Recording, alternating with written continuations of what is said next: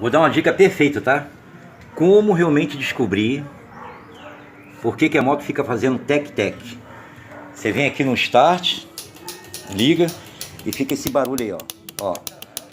90% é escova de arranque. Só que dessa vez, 10% é outro problema aí que eu vou mostrar aí qual é o problema da moto. O problema aqui realmente era o relé. Observa. Pegou. Agora vamos supor que de repente a moto continua, o relé fica mudo. Agora é outra explicação. Você apertou, o relé está mudo. O relé, para funcionar, ele precisa de um positivo e um negativo.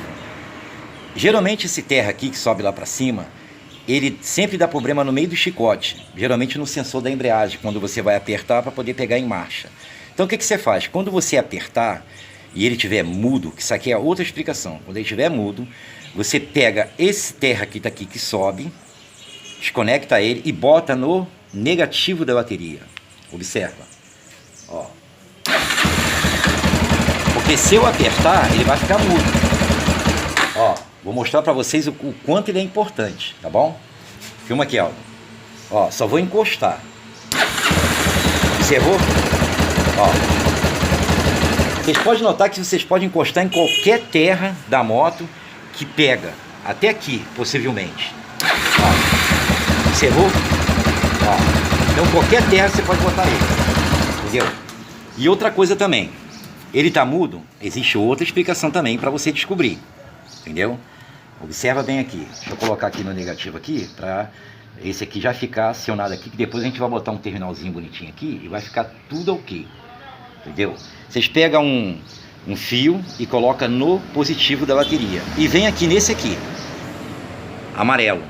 Vocês pegam aqui e fazem o teste aqui dentro. Ó, observou? Eu consegui botar para funcionar sem precisar de usar o botão, entendeu? Porque esse amarelo aqui, ele sobe lá pra cima e pega um pós-ignição aqui no botão. Filma aqui, ó. Entendeu? Porque se caso você apertar lá e esse amarelo aqui não tiver energia, aí o problema já não é aqui embaixo, o problema é lá em cima, entendeu? Porque quando você aciona esse amarelo aqui, ele tem que vir energia, entendeu? Você tem que vir aqui, ó, colocar.